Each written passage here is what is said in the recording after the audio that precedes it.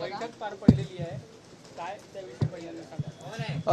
आज पक्षाची बैठक होती, ती पक्ष बांधणीच्या संदर्भात अंतर्गत काही विषयांवर बैठक होती. केंद्रीय समितीने अहवाल सादर केलेले आहेत, या संदर्भात काही बैठकीत चर्चा झाली का? बैठकीत पक्षाच्या अंतर्गत काही विषय आहेत संघटना बांधणीच्या संदर्भातले, त्याच्या संदर्भात चर्चा झाली. ऑक्टोबरमध्ये निवडणुका होतील अशा पद्धतीची चर्चा देखील पुन्हा एकदा सुरू झाली. पण मला माहीत नाही, आता जेव्हा होतील तेव्हा होतील. नाही, पक्षाची जी बैठक होती ती अंतर्गत होती, त्याच्याबद्दलचे डिटेल्स मला तुमच्याशी शेअर नाही करता येणार. बदल अपेक्षित आहे का?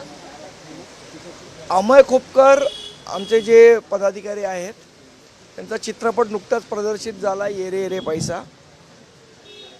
जाणीवपूर्वक त्यांच्यावर सूड उगवण्यासाठी काही मल्टिप्लेक्सेस असतील, काही असतील थिएटर्स, आणि जाणीवपूर्वक तो मराठी चित्रपट काढून त्या जागी हिंदी चित्रपट लावण्याचा घोळ घातलेला आहे.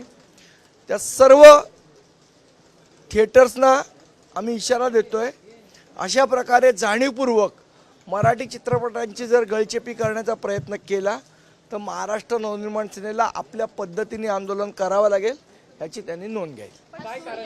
उगवला जातोय हिंदी भाषेसंदर्भात ज्या पद्धतीने अमय खोपकर लढत होते या सगळ्या गोष्टींसाठी, त्याच्यामुळे त्यांच्याच चित्रपटावर सूड उगवायचा या पद्धतीचं कारस्थान काही थिएटर मालक करण्याचा प्रयत्न करतायत.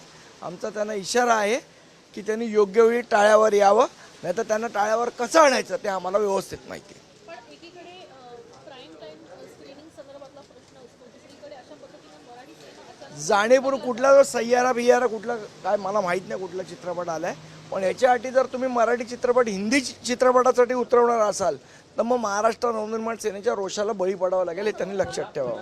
हा सिनेमा जो आहे तो यशराज फिल्मचा आहे. याच्या अगोदर सुद्धा हा वादविवाद झाला होता, जेव्हा चेन्नई एक्सप्रेस वगैरे आणला तोही सिनेमा यशराज फिल्मचा होता, जेव्हा इकडे शाहरुख खान राज ठाकरेंना भेटून गेले. हा वाद पुन्हा एकदा उफाळून येतोय असं तुम्हाला वाटतंय का? तर निश्चितपणे मला माहीत नाही त्यांच्या पाठी त्यांची काय मंशा आहे ती, पण ज्या पद्धतीने तुम्ही जर एखाद्या मराठी चित्रपट निर्मात्याला टार्गेट करण्याचा प्रयत्न केला तर आम्ही निश्चितपणे ते खपवून घेणार. त्या संदर्भात काही बोलणं आलंय का? मल्टिप्लेक्स तारकांशी काही बोलणं झालंय का? काय नाही, आम्ही करतोय, आमचे चित्रपट कर्मचारी सेनेचे लोक पण करतायत, पण हा पक्षातर्फे त्यांना इशारा आहे.